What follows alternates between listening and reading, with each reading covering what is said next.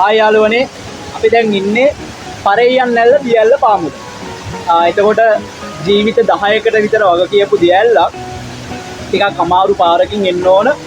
ඇවිල්ලා ගල් එහෙම ලිස්සනවා. එහෙම එන්න ඕන පහළට. එතකොට මේ දියැල්ල තියෙන්නේ බුත්තල ඉඳලා බඩගුර පාරට එද්දී බඩගුර පාර කිලෝමීටර් 5-6ක් විතර ඉස්සරහට එද්දී වම් පැත්තට පාරක් තියෙනවා. බෝඩ් එකක් එහෙම ගහලා තියෙනවා. එතනින් ඇතුළට කිලෝමීටර් 2-3ක් වගේ එන්න ඕන.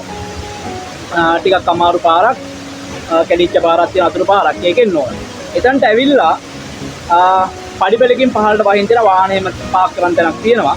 එතනට ඇවිල්ලා පහළට එන්න ඕන කැලයක් මැදින් ඊට පස්සේ ආවට පස්සේ මෙන්න මේ ලස්සන තැන තියෙනවා. ලස්සන වුණාට ගොඩක් භයානකයි. ටිකක් අමාරුයි ගල් ඉස්සනවා වතුර පාරවල් තියෙනවා. ඒ වගේම පැනලා එහෙට මෙහෙට එන්න ඕන. එතකොට අද නම් අපි දෙන්නයි ඇවිල්ලා අපි දෙන්න විතරයි ආවේ.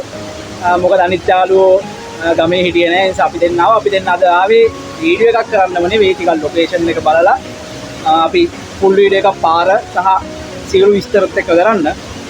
අපි දැන් තැන බලාගත්තා. එන පාර බලාගත්තා. ඉක්මනටම ළඟදිම සම්පූර්ණ වීඩියෝ එකක් මේක ගේනවා. එහෙනම් අපි ඉස්සරහදී හම්බෙමු සම්පූර්ණ වීඩියෝ එකකින්. එහෙනම් ඒ වෙනකන් ගිහිල්ලා එන්නම්. ඔයාලත් තැන හොයාගෙන එන්න.